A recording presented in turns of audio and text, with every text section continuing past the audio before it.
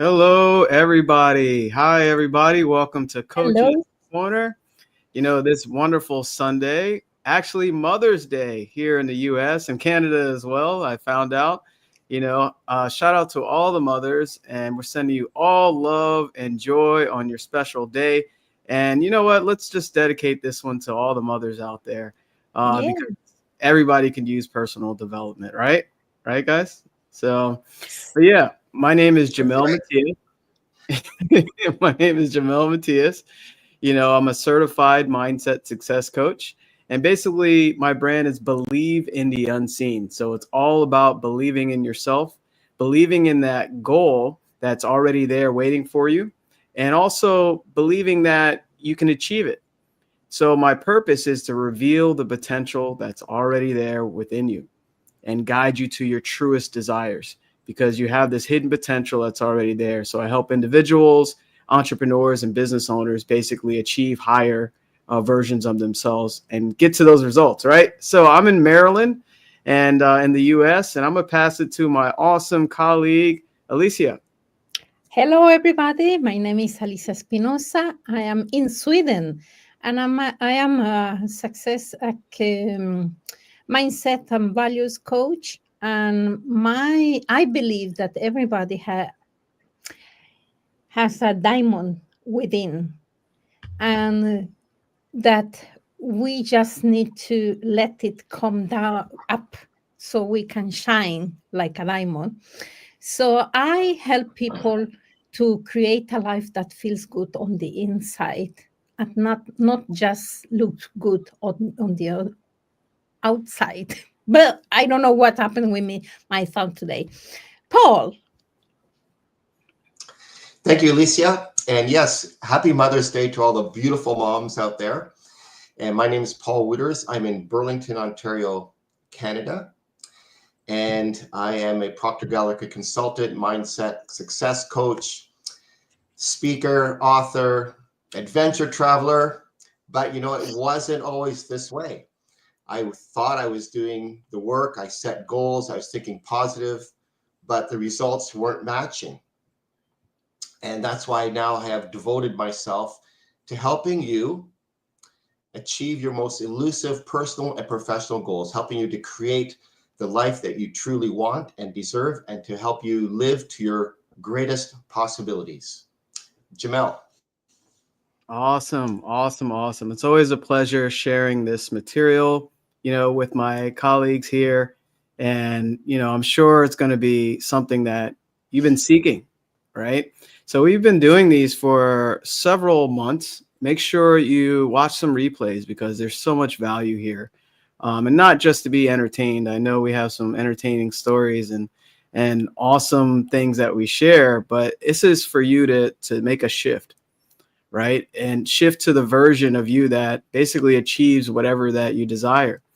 And we desire things for growth. We desire things to be more, do more, and have more. And just getting knowledge is the tip of the iceberg, right? You have to take action towards that version of you. Being uncomfortable sheds the old self. So it's interesting looking at this article. Again, this is part 2 of the Common Denominator of Success.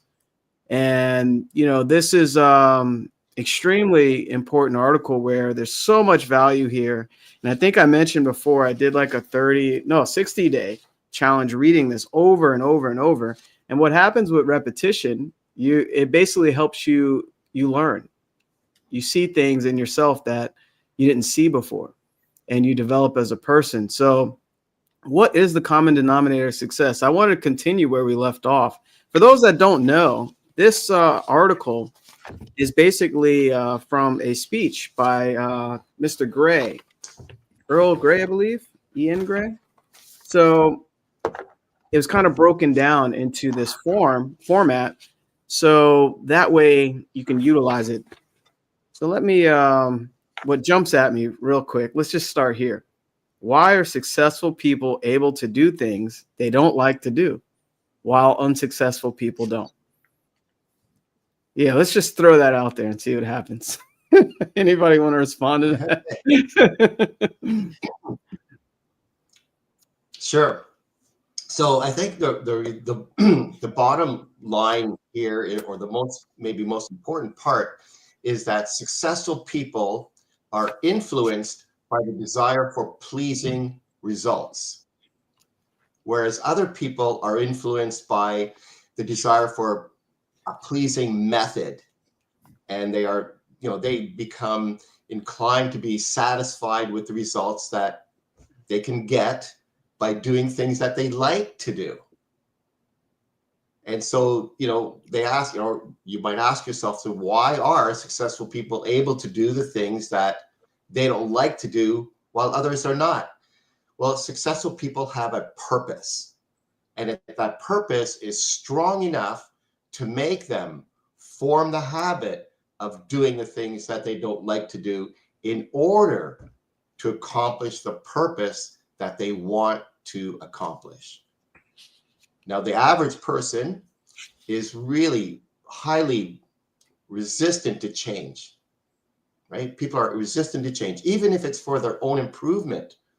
And so they are prone to, escape the efforts that persuade them to do something that they don't want to do. And it's not because you were born with certain dislikes that are unique to you, and successful people are not. They don't have those things. They are. They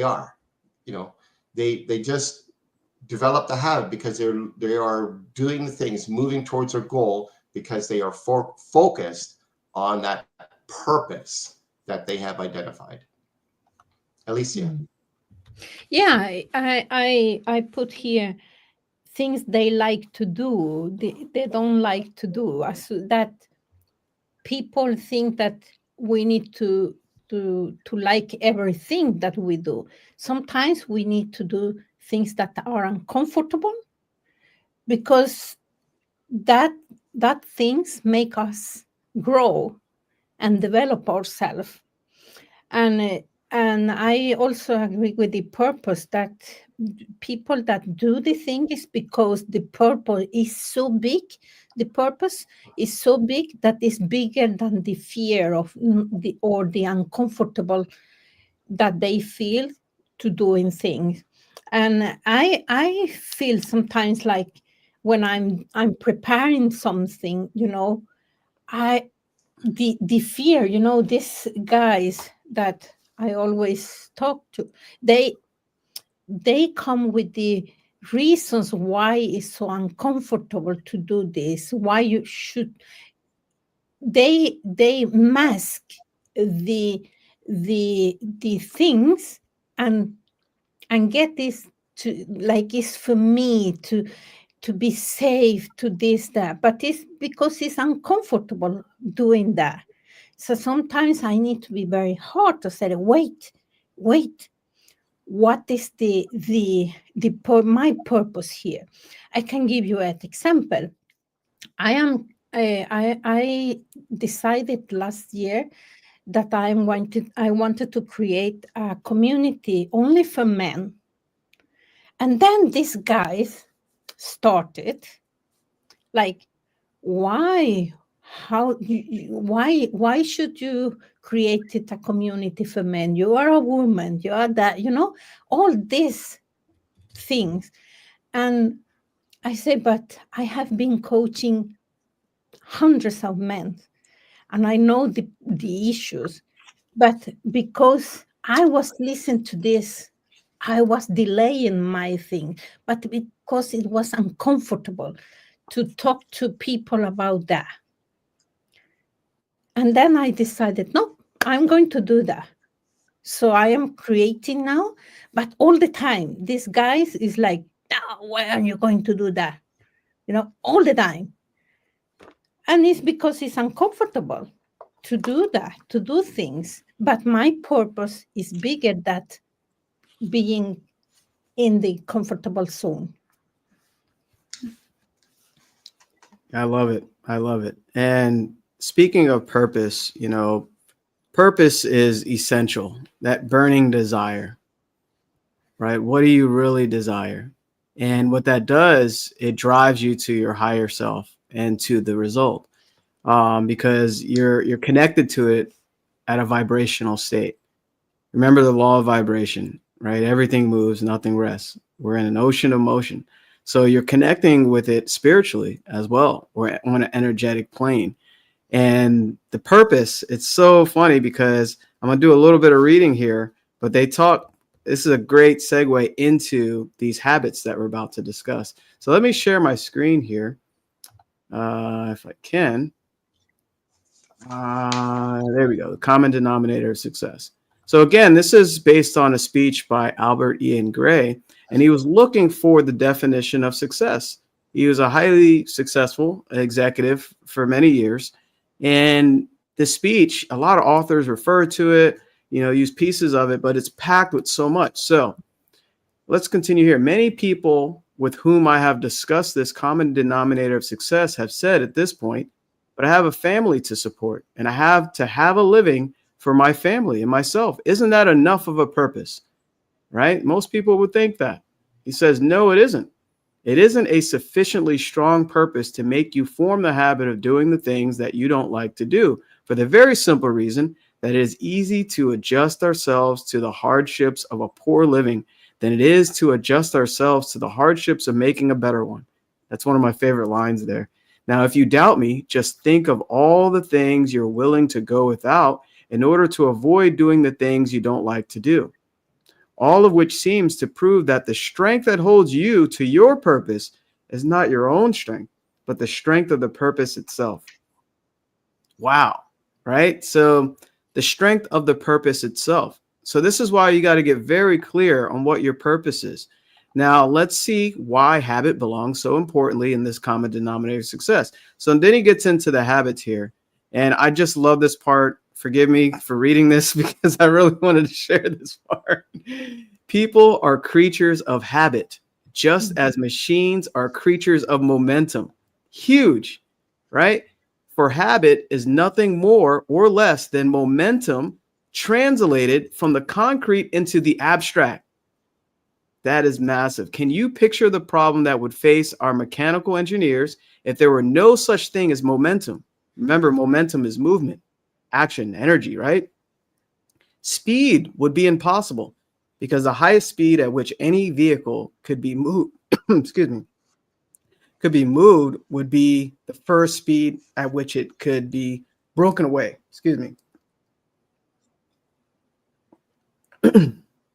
So speed would be impossible because the highest speed at which any vehicle could be moved would be the first speed at which it could be broken away from a standstill. So elevators could not be made to rise, airplanes could not be made to fly, and the entire world of mechanics would find itself in a total state of helplessness.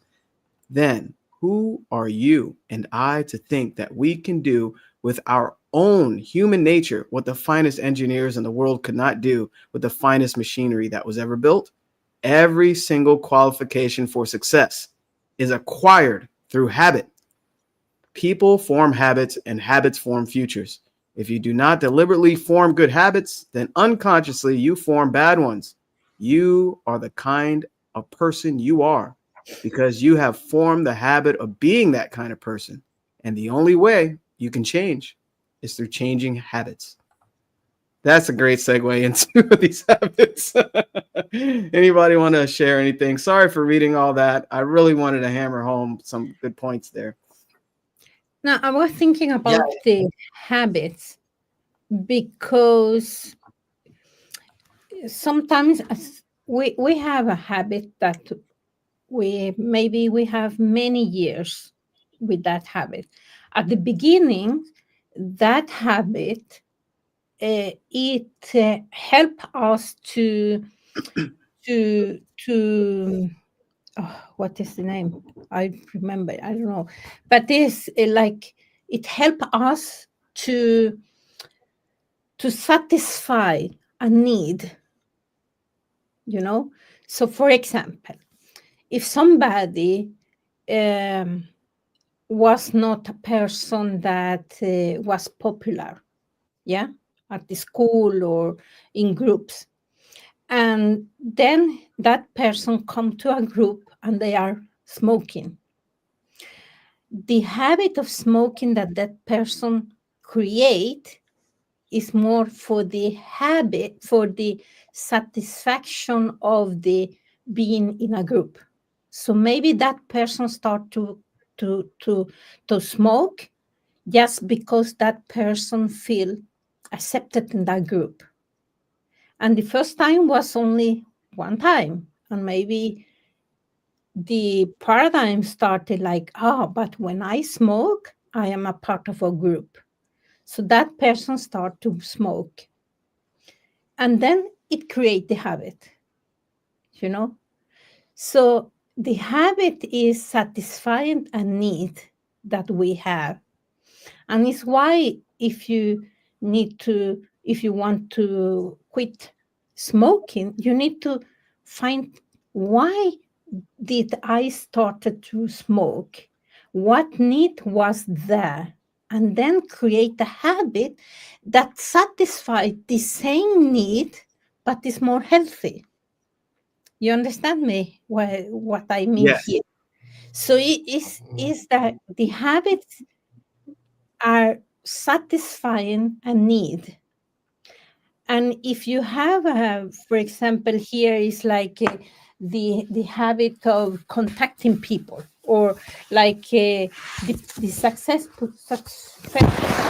people um, do things that they even they don't like, but they know that by creating that habit they will satisfy a need, you know. So when we create habits, we need to create habit that satisfies the need to reach our goals. That is what I was thinking about habit. Yeah, I got you, Alicia. That's really good. Yeah, yeah. So it's not, people aren't, they don't fail because they lack knowledge or talent, No. but because they fail to establish the right habits, as Alicia is saying. It's not success, it's not an accident, it's not due to luck. It's the result of habitual behaviors, your habitual habits over time. And again, I'm going to go back to, the success that people see, or the successful people that you see. They're driven by that purpose. They've identified that perfect purpose and not a preference. There is a difference, right? They may not enjoy the actions that they need. Like Alicia said, they might not like those things, but they're attached to that really strong sense of purpose. And that's what motivates them to act anyway. See, most of us act on what we like to do, but successful people will act based on what they need to do. And that means they choose the long-term reward, that purpose that they see, over the short-term comfort, right? It's too easy, to give yourself an excuse. I'm going to sit down, I'm going to, scroll and waste time watching television and things like that. But anyone can develop the habit of success by simply choosing. It's not simple, but you choose discipline and purpose daily. You identify your purpose and you are consistent with your discipline. Jamel. Yeah, this is so good because all of us here had to discipline ourselves and also find out what our desire is. This is every person, right? Every person desires more. And you can try to lie to yourself and say that you don't. But you do. You feel it inside, right? So what came to mind, happy Mother's Day to Lou. I know Lou is out there Yeah, traveling. me too. Usually have 4. So Lou, you're here with us. Safe travels and happy Mother's Day. And I love this because both of you are talking about how the environment can shape the person. The outside world can shape you, like the smoking example Alicia shared. And it says people form habits and habits form futures. So like really look at your life. What are some negative habits you acquired through your environment or even your upbringing? right? And even habitual way of thinking. And all that's connected to your paradigm, right? Even your self-image. So, and it says, if you do not deliberately form good habits, then unconsciously you'll form bad ones, right? The smoking example, just because, you know, pretty much every high school or school in the US had like a smoking crew where you see like 5 or 10 people. Oh, I'm cool. I'm smoking cigarettes. So you have that section. And then you have the other crew that's athletes, you know, where everyone's varsity. You know, I was part of that group as well, where, you know, you had basketball players, you had football players, you had basically sports people, right? Track as well. And then you have the book smart people that just studied and read everything. They had glasses at an early age. You see this different subsections of the environment, right? So people either allow the outside world to shape one's identity. This gets really deep, right? You're being shaped without even knowing where you're being pulled to or pushed to. So if you don't deliberately know what create the habits towards what you desire, you unconsciously create bad ones. So, you know, bad ones that basically don't serve you to what you desire. You're going the opposite direction. So let's get into some habits here. I wanted to say something there, because Yeah. here is why it's so important to have a purpose, because we humans have a protective mechanism that we're always will choose the habit that protect us. If the purpose is not big enough, we will choose the habit that is a protective mechanism. It can be like, if you are going to do something, you feel very tired all the time, or maybe you get a headache, or maybe you say, oh, poor me, or maybe you go away, and so, you know, you are busy being busy. Maybe all this can be protective mechanism. So in order to avoid that, it is the purpose that is so important, to say, okay, so this is my purpose, this is my habit, and I know that I have some protective mechanism that will want to keep me safe in this corner, but I want this. I see always the mountains in the poles background. That is like, the mountain is you. You are the blocking what is the way, the road to what you want. Yeah, that's what I want to say. Yeah, that's really good. You know, that always reminds me of that quote, we're the problem and the solution, right? Yeah. So we block ourselves, Yeah, basically. yeah. But that's because of lack of knowing, right? And this is why it's important to tune in to Coach's Corner. Now you're getting a knowing of yourself. And speaking of that, I forgot to mention earlier, feel free to drop some comments and questions live, so, you know, we can engage with you and help you out with whatever it is that's on your mind with this topic.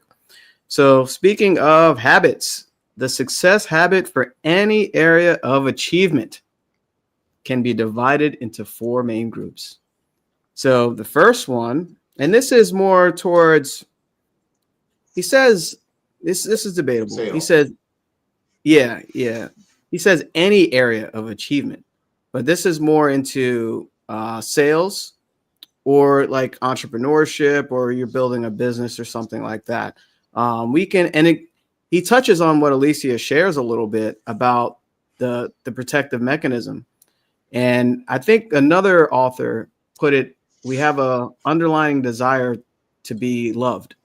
Yeah. That's where that comes from. I forgot where I read that. I think that he also talked about that the thing is that we don't like to talk to people about things that they don't want to talk. Yeah, exactly. Yeah. So the first one Number one, I'll just say them here, all four of them, and then we can go into detail each one if you want. Number one is contacting habits. Number two is calling habits. Number three is persuading habits. And four is working habits. So let's share the screen here and just kind of see where we want to go here and discuss. So let me share. So after these habits are mentioned. Maybe you can zoom a little bit more. Yeah. Mm-hmm. So it's, is that better? Yeah, better. Okay. So he says, let's discuss these habits, habit groups in their order. So here, he says any successful person will tell you that it's easier to persuade someone. So he goes into detail about persuasion, but then he talks about the type of people, well, just contacting, right? So as any successful person will tell you that it is easier to persuade someone to a particular course of action than to find someone who already wants to do it. But if you have not deliberately formed the habit of contacting those who need what you're offering, regardless of their wants, then unconsciously you have formed the habit of limiting your contacts to those people who already want what you have to offer. And therein lies one and only reason for lack of interested contact. So this is, like we said, mostly in sales. But if you think about it, sales is everywhere, right? Your own mindset, the clothes you buy, the house you own, everything, right? You've been sold in some type of way, whether consciously or unconsciously. Does anybody want to kind of talk about that a little bit? Where he's sharing? Yeah, I can, because the habit of contacting people is not only, it's like also I see that like to talk to people. So, for example, I have many years ago a client, and that client told me that she was so tired of people not respecting her boundaries. And it was so difficult for her to contact that person, 2, 3 person, and say, you know what, this is my boundary. Because we don't want to talk to people about things that we don't think they want to talk. And if you are coming to and say, you know what, I'm so tired of always being you being unrespectful for my values or my boundaries, is a protective mechanism not to do that, because fear of conflict, for example. So is contacting people with everything, not only in sales, but in different, like, okay, I need to talk to Paul about this, but I don't want to talk to him about that because maybe it's a conflict about that, So it's not only on sales, but it's also, I was also talking to another person, and he was talking about his own ideas. When somebody said something, he didn't want to say what he wanted or what his thought was about the thing, because he was afraid that people will not accept his idea. So it was the protective mechanism, that feeling that I don't want to go in a conflict with this person and this person, that kept him feeling bad because, or feeling that he was not respected. So it's always like contacting people to talk about things that they don't want to hear. Yeah, I think I agree. That's a really good point, Alicia. And I think it's learning to have those difficult conversations, right? I mean, you want to avoid those difficult conversations, rather not have that conversation. But there's a way, there's a need to do that. It's not about being argumentative or getting into a fight with somebody but it's learning how to, proactively have those challenging and difficult situations or conversations with people. And yes, this article refers mostly to sales, but as Alicia said, there's these conflict resolution things that happen all the time in the workplace, in relationships, in families, and things like that. So it's really learning how to, approach someone and bring up that difficult conversation that you really need and want to have with them, to sort of to clear the area and get to know, where they're coming from. And so that person knows where you're coming from, and to really just really have to establish you really need to learn how to approach and have those difficult conversations. Yeah, this is so good. What comes to mind is the term sales, right? A lot of people have a negative mindset or idea of that because, and on both ends, as a customer and as a salesperson. So contacting, that is an action that's required, right? But for the customer, they desire more, but they may have this mindset of sales like, oh no, I don't want to talk to you because you're just going to try and sell me something. But remember, this is something I had to kind of really understand. Sales is something you do for a person, not to a person, right? And really look at sales. Like, for instance, we're on so many different platforms, right? We're on LinkedIn, Facebook, YouTube, etc., right? Instagram here. The point is, we've been sold these ideas, right? These ideas that use these platforms, and I enjoy them. It's like a double-edged sword. But we've even been sold our mindset of what our full potential can be. So every day, we're actually being sold something, even subconsciously, right? Like when infomercials or commercials come on, or ads, you're seeing it over and over and over. And what's happening? You're being impressed. Your subconscious mind.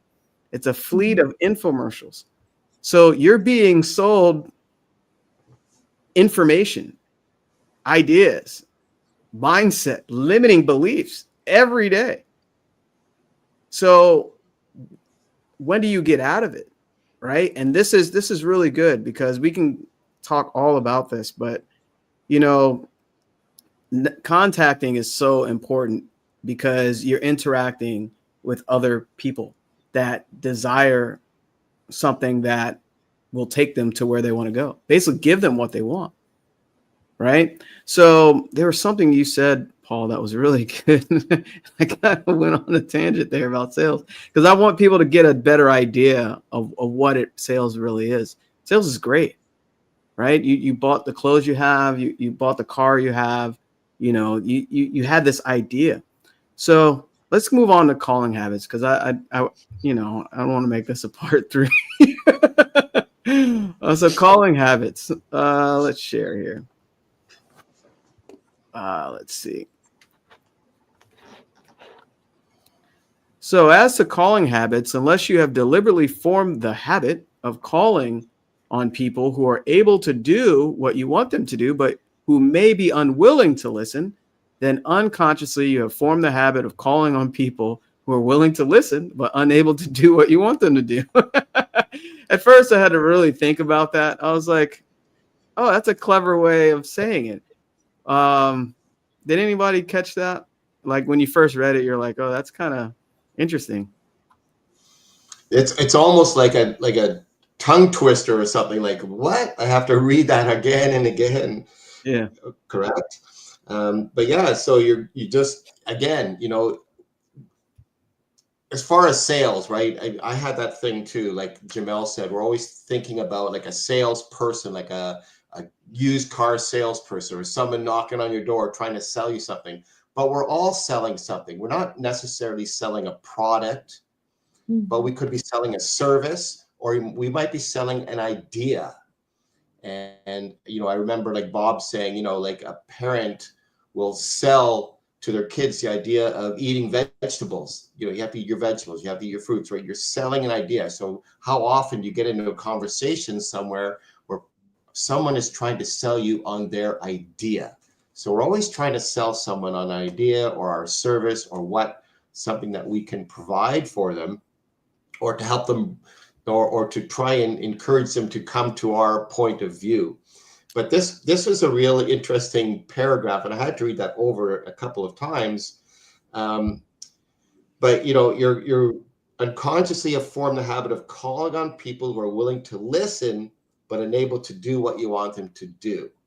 So you just want to talk to people who you know this person is willing to listen to me, but they really can't do what I want them to do. They can't really help me. They can't really do anything. Maybe they can just nod and agree with what I'm saying, but really it's nothing more than a sounding board. So again, it goes back to what I said earlier about having those difficult conversations. You know, you need to call on people. You need to talk to people. You need to speak to the people who, you know, are able to help you, but maybe they're not, it's tough to get them to listen. So again, you're coming back to that difficult conversation. You have to find a way to have those difficult conversations. Yeah, I think that this time is also very, very, like, many people think that the telephone is like weighing 1 ton, or you know, people like to lift the phone and call, because people is so afraid what is the next. I normally say that for me it's okay to get a no from people, but I don't get a no from myself. So I say, okay, I call that person, and if it's okay if that person says no, but at least I didn't say no to myself when I call people. And it's no is no, like not for now. So is how I think. But I think that it is so difficult at the moment that people and the new generation, they don't pick up the phone. They go by SMS or, you know, message, and so it's also difficult. But still, the protection mechanism is there, protecting us from get the no, and to feel what is you know, rejected is so difficult for many people. Yeah, that's a good point. You know, and every generation is a little different, right? Especially socially. So that's a whole nother episode. Yeah. where you have the era before the internet, and then you have the era when the internet was new, and then cell phones and etc. Right? So let's get on to persuasion habits here. Share my screen again, if possible. So these are all connected, right? So as to persuasion habits, unless you have deliberately formed the habit of calling on people determined to help them see why it is in their best interest to take a particular course of action, then unconsciously you have formed the habit of calling on people while you are in a state of mind in which you're willing to let them make you see their reasons for not going along with you. Wow. That's a powerful statement. Persuasion habits. Now, you know, when it comes to persuasion, basically you got to help someone see why, what their desire is, right? You're showing themselves, actually, right? But sometimes what happens, the paradigm doesn't see the value, right? And let's just talk about it, right? We're talking about personal development here. Some people never invested in themselves to grow themselves or understand themselves. but they desire better results and they're stuck. They don't know why. And this is great example because persuasion habits are essential to growth for both sides, right? The customer and obviously the salesperson. This is so beautiful when you think about it, because if the persuasion, there's no habit there, it even tells you, right? Then unconsciously you have formed the habit of calling on people while you are in a state of mind in which you're willing to let them make you see their reasons for not going along with you. So basically, you're doing both parties are at a disservice to themselves without this habit. Now that I read this again, I'm seeing something different here. Anybody want to jump in? Well, yeah, it's think about something that you're very passionate about, right? Then you have very little effort needed in like trying to tell the other person what it is that you believe in. You really have a real passion about, you believe in something that's happening in the world or in the community, and you, with great passion, you're willing to talk to anybody about it. And so again, you have to be driven by your purpose. If you really are, you're really locked into your purpose, then it will be easy for you to go out and attempt to persuade that person, because you're going to be passionate about your purpose.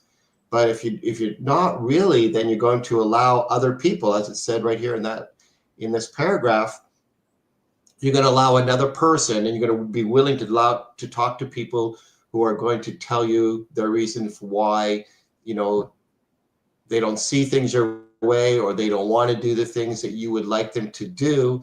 And they will talk, you're just allowing them, and you're not going to be driven to try and persuade them, because you just don't have that, you're not passionate enough about your purpose.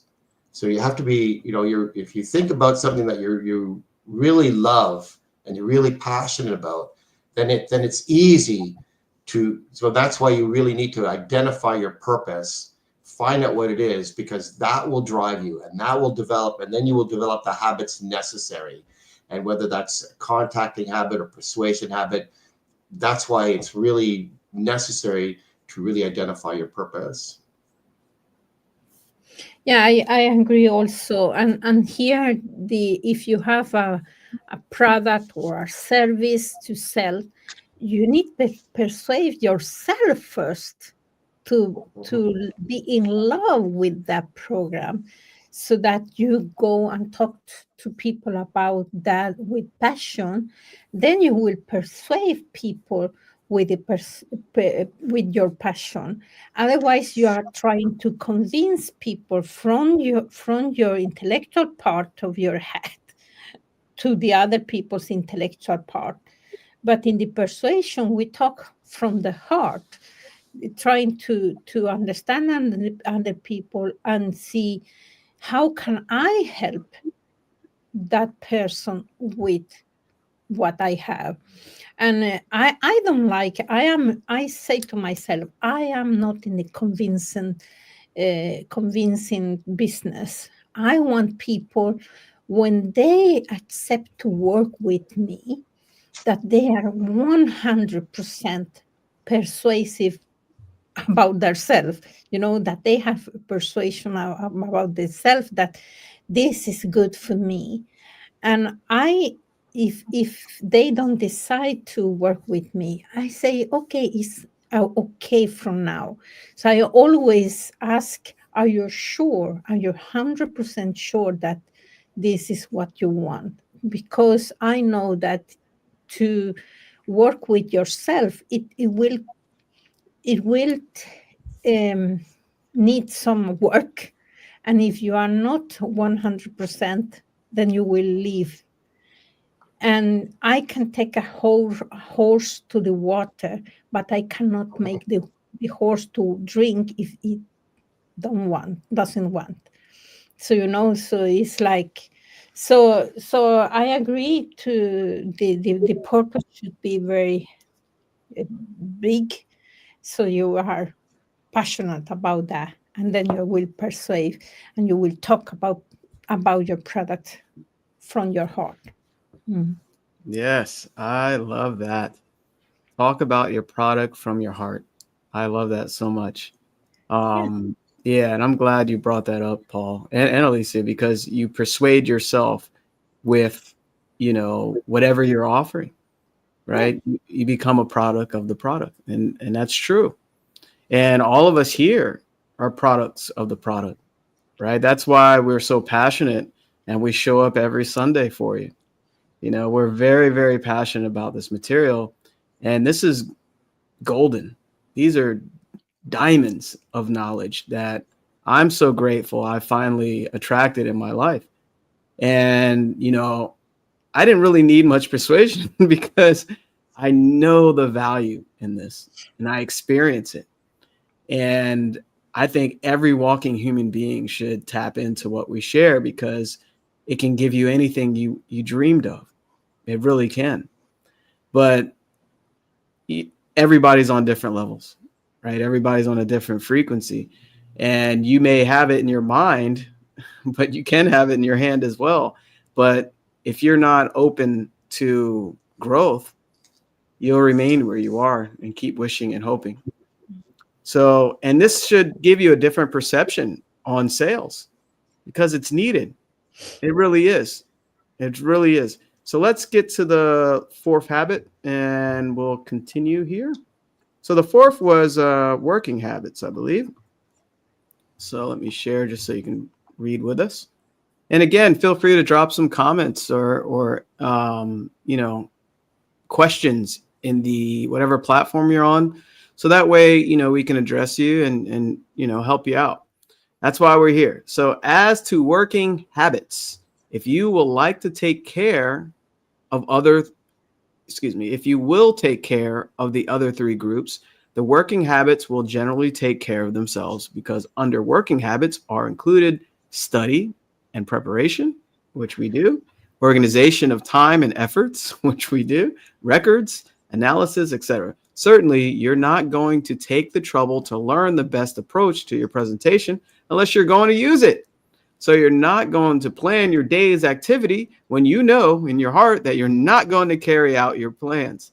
And you're certainly not going to keep an honest record of things you haven't done or of results you haven't achieved. So let's not worry so much about the fourth group of thinking habits, because if you're taking care of the first three groups, most of the working habits will take care of themselves. So was there anything to share there, guys, on that one? I only think that the working habits is like you if you have a business or something, a goal to do, you need to take action, because otherwise you will not get there where you want to be. So the working habits will be to make the list of the actions that you need to do to reach your goals and go and do that. Even if these things that you don't like, go with enthusiasm and do that. Enthuse with what you do.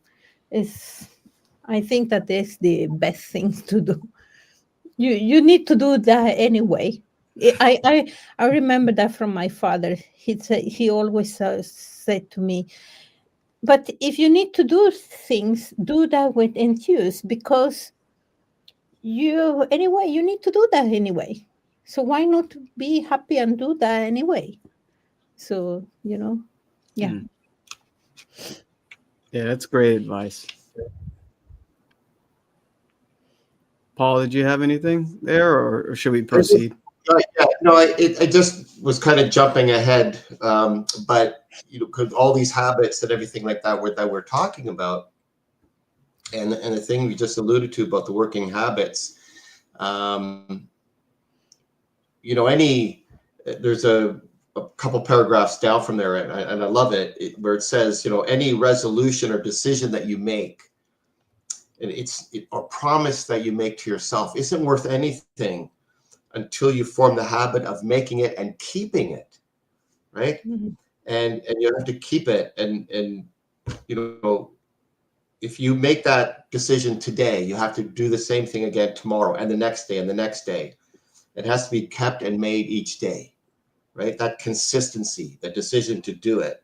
And if you miss a day or miss keeping it, then you've got to go back and start all over again.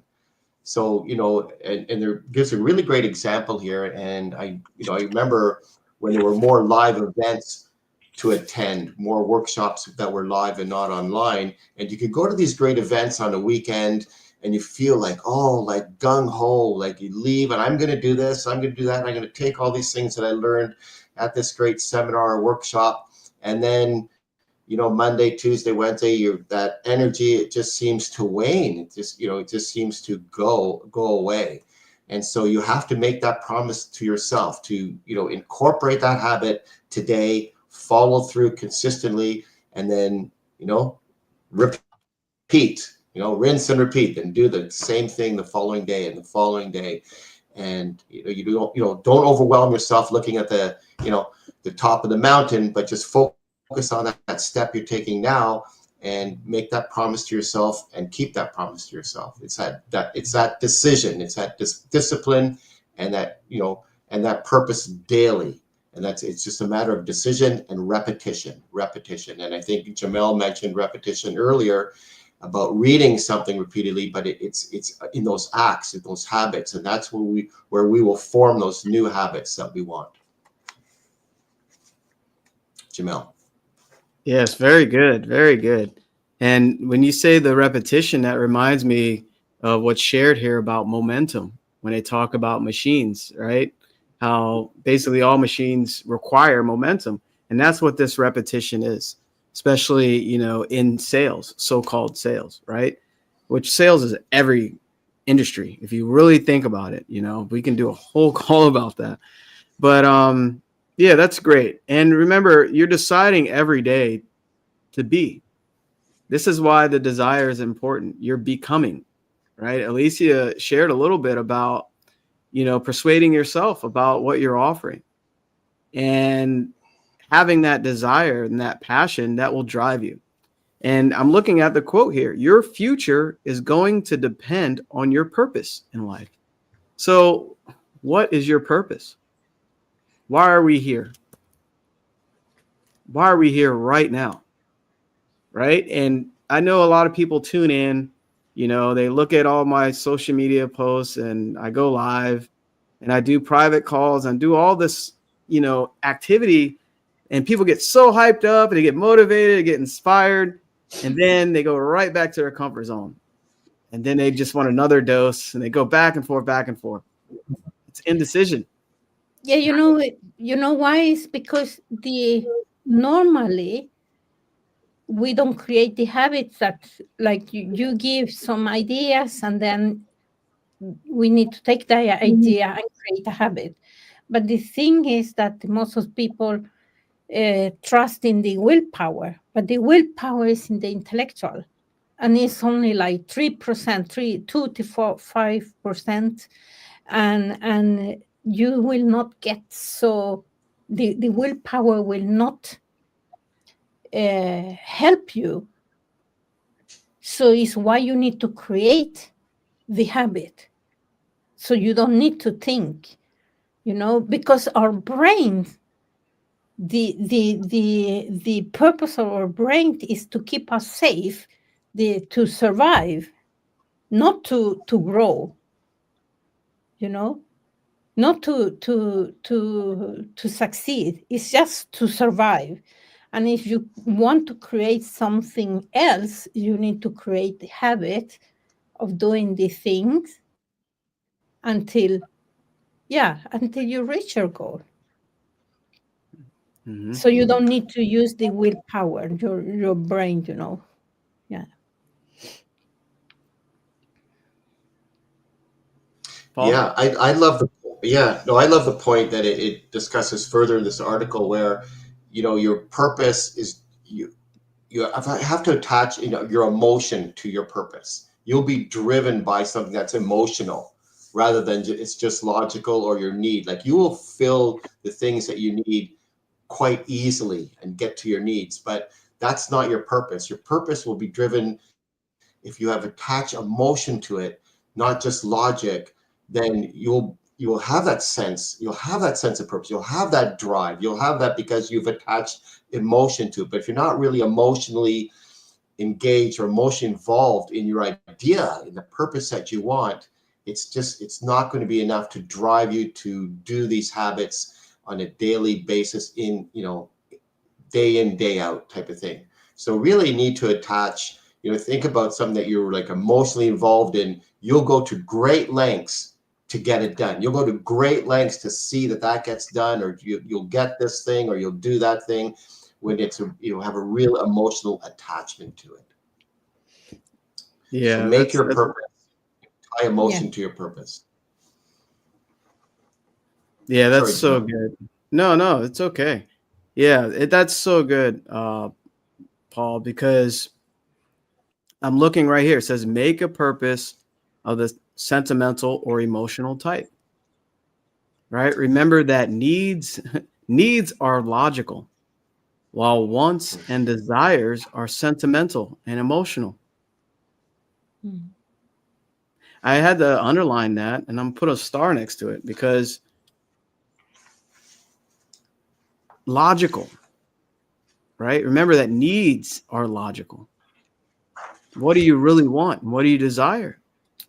You want to connect to that emotional section of your body, of your spirit, because that emotion will will break you through any type of opposition. Right? It'll pull you in those times of need. So, and I was really thinking about that, because the more emotional you become with your purpose, first you got to figure out what your purpose is. What is the goal? What is the purpose? Once you have clarity of that, your emotion will drive you through anything. Make it sentimental. And he shared a good story at the end here, but let me kind of go to this last paragraph here. He says, am I sharing? No, I'm not. Let me find it. If it's a big purpose, there we go. If it's a big purpose, let me share my screen. We have a few more minutes. So he says, if your purpose is a big purpose, let's just do a keyword search here, purpose. If it's a big purpose, you will be big in its accomplishment. If it's an unselfish purpose, you'll be unselfish in accomplishing it. And if it's an honest purpose, you'll be honest and honorable in accomplishing it.